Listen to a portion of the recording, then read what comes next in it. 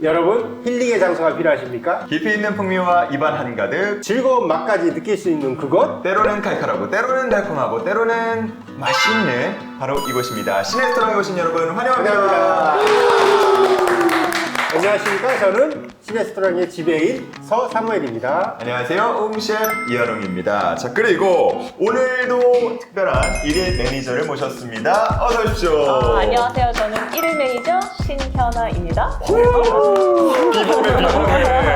느낌이 뭔가 달라요. 근데 아까 보니까 녹화 전부터 계속 저러고 있어요.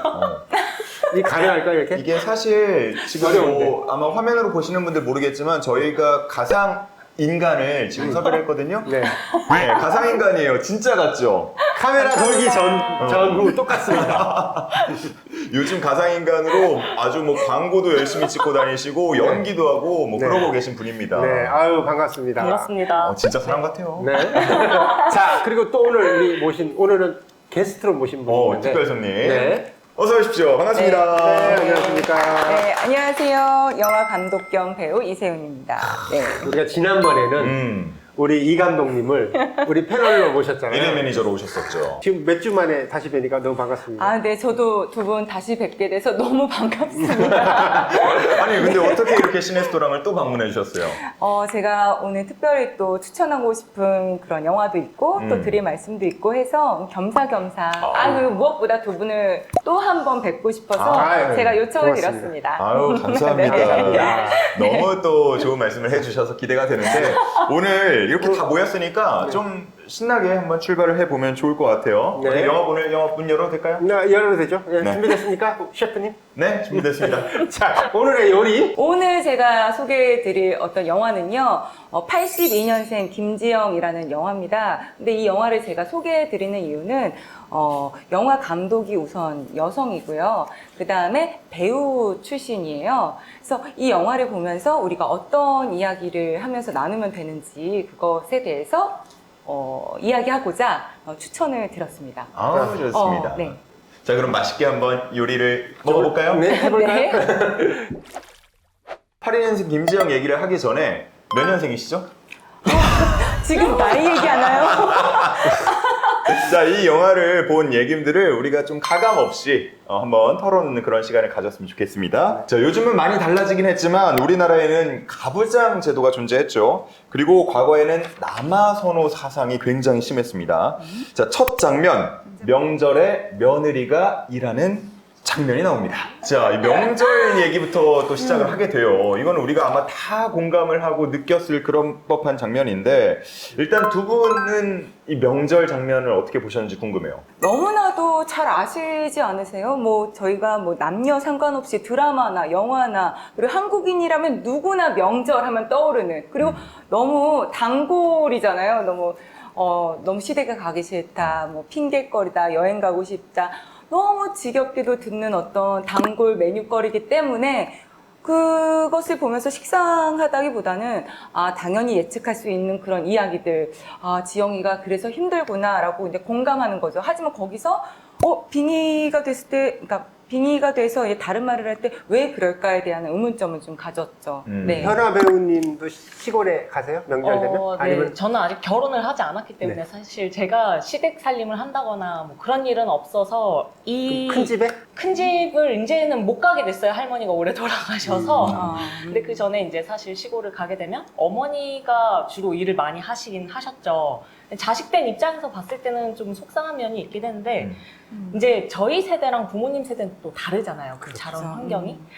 저희가 나서서 먼저 같이 일을 해드리니까 어른들도 좀 눈치를 보시더라고요. 그래서 그냥 남녀 상관없이 어느 순간부터 같이 일하기 시작을 했어요. 좀 이게 좋게 좀 문화가 바뀌기 시작했다라고 그렇죠. 해야 특히 될까요? 요즘은 예. 뭐 웅셰프 난 남자다 하고 가만히 있으면 혼날 거. 많이 움직이죠. 많이 움직이는데 더 많이 하지 않아요? 네, 더 많이 하려고 하는데 그럼에도 불구하고 이 장면이 낯설지가 않았어요. 그러니까 저는 많이 하려고 하지만 무언가 어쩔 수 없이 그 전체적인 풍경을 보면 아직도 여전히 아무래도 뭐 일 같은 것들은 이제 여성분들이 많이 며느리가, 하고 며느리가 하고, 며느리 많이 어머니가 하고 하고, 그렇죠. 그리고 남자분들은 이제 뭐 테이블 위주로 앉아 있는 그 장면이 낯설지가 않더라고요. 맞아요. 맞아요. 사실은 너무 익숙한 장면이기도 하고 맞아요. 없어져야 될 장면이기도 하지만 그럼에도 불구하고 사실상 우리가 거의 매번 명절 때마다 보는 장면이 아닌가 싶고요. 어떠세요? 실제로는?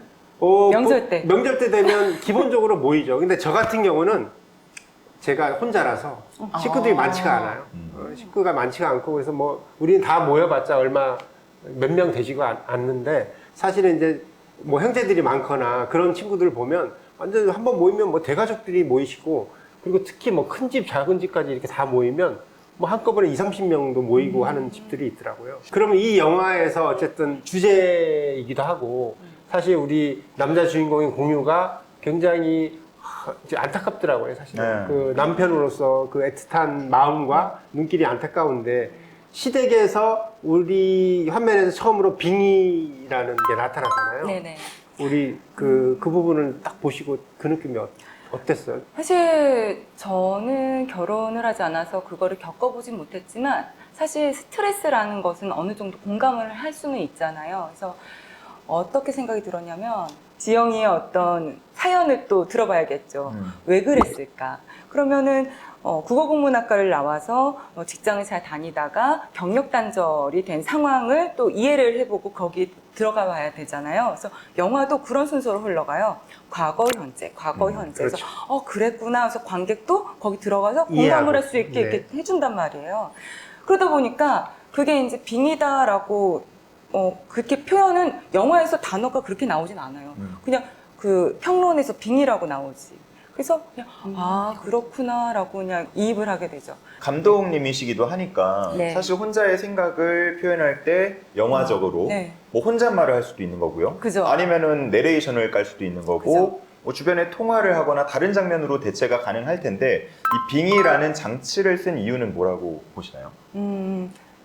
우선 첫 번째로 직접적이고 두 번째로는 관객이 혼란스러울 수 있지만 사실 그거를 받아들이는 거는 관객의 몫이지 이게 어떻게 받아들여 고민하는 거는 창작자는 고민할 게 안 된다고 생각이 들어요. 그러면 창작에서부터 벌써 머리 이게 뭐라 그러지? 고정관념이 막히니까. 받아들이는 것까지 계산을 하고 만들면 네. 너무 자기적이 될 수 그죠? 있다. 근데 사실 이건 지영의 입장, 주인공 시점에서만 봤지 여기 뒤에 이제 누구 공유도 사실 사연이 있거든요.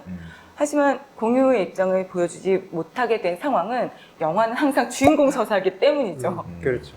우리 현아님은 똑같은 장면에서 네. 지금 인간으로 빙의해 계시잖아요. 저는 좀 이거를 영화적인 면 말고 그냥 개인적인 상상에 의해 좀 생각을 해본 게 빙의는 하나의 수법일 수 있다. 수법이요. 그러니까 내가 솔직하게 어떤 불만을 토로를 하지 못하니까 빙의가 된 척을 한 다음에 일부러 그런다.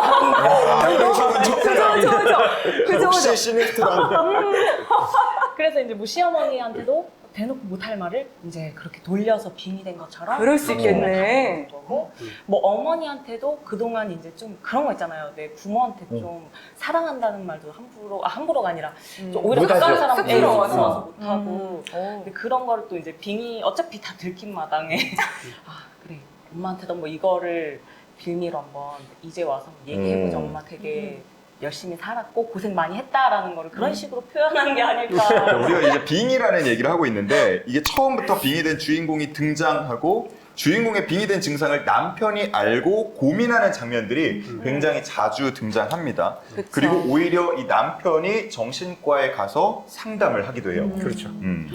근데 제가 이 영화를 보다 조금 답답했던 점이 있었는데 사실 이건 저희 아버지한테도 좀 제가 답답한 면이 있어서 진짜 궁금해서 여쭤보는 건데 이게 이렇게 상황이 악화되기 전에 지영하고 좀 얘기를 해서 이게 해결을 해볼 수 있지 않았을까? 왜 저렇게까지 끌고 갔을까? 왜 말을 하지 않았을까? 그게 너무 궁금하거든요. 그러니까 너 지금 좀 아프다, 뭐 혹은 네. 뭐 빙의를 할 때가 있다 이런 얘기를 왜 하지 않고 계속 혼자 고민을 네. 하고 했느냐?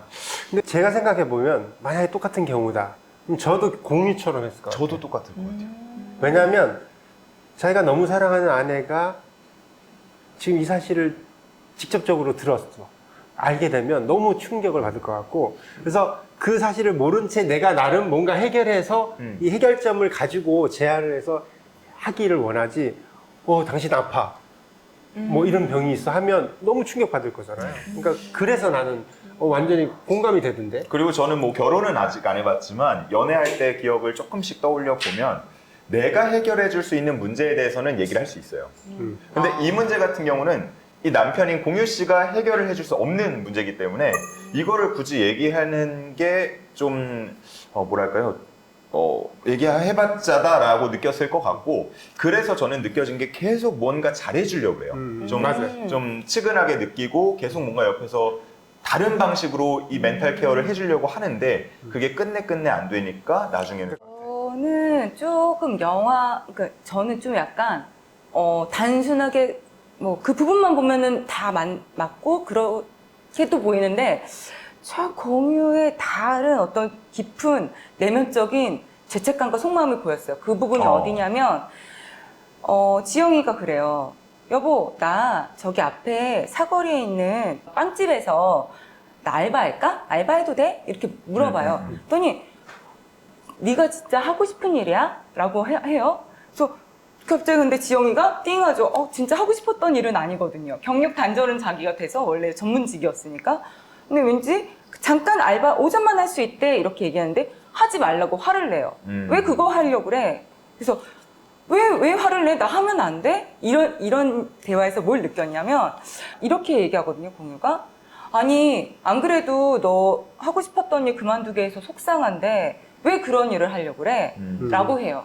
그러니까 항상 지영이의 일을 그만두게 하고 경력 단절을 시켰다는 육아로 인해서 아이를 낳게 해서 그 죄책감을 가지고 있고, 그걸로 인해서 비스무리한 그것이 왔다라고 생각을 해서 정신과를 찾아다녔고, 그런데 이 친구의 그것을 낫게 해주려는 방편으로 운동을 끊게 하면 어떨까라고 고민하는 와중에 그러지 말고 나 그냥 여 앞에서 일하면 안 돼라고 했는데 왜 그거 하려고 그래? 라고 화를 내죠.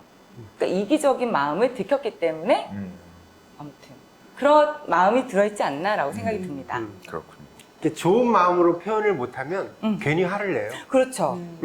그 괜히 화를 내는 게 화가 나서 화내는 게 아니라 그렇죠.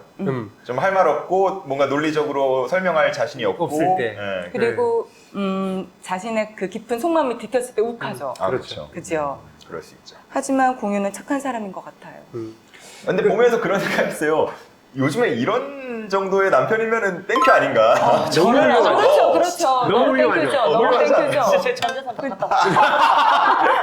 자, 여기 있습니다. 전시관 다 갖다 봐. 왜 감독이 그래도 이 빙의라는 거 우리가 초반에 얘기했지만 왜 빙의를 썼을까요? 굳이. 다른 방법도 많았을 텐데. 사실 그 빙의라는 거를 빼고 보면 정말 그냥 제 친구들 얘기 같아요. 그 고민하고 여성의 경력 단절, 그리고 그로 인한 뭐 어쩔 수 없는 부부 간의 갈등. 그렇게 하면 이 영화가 어떻게 보면은 다큐가 됐을 수도 있을 것 같다.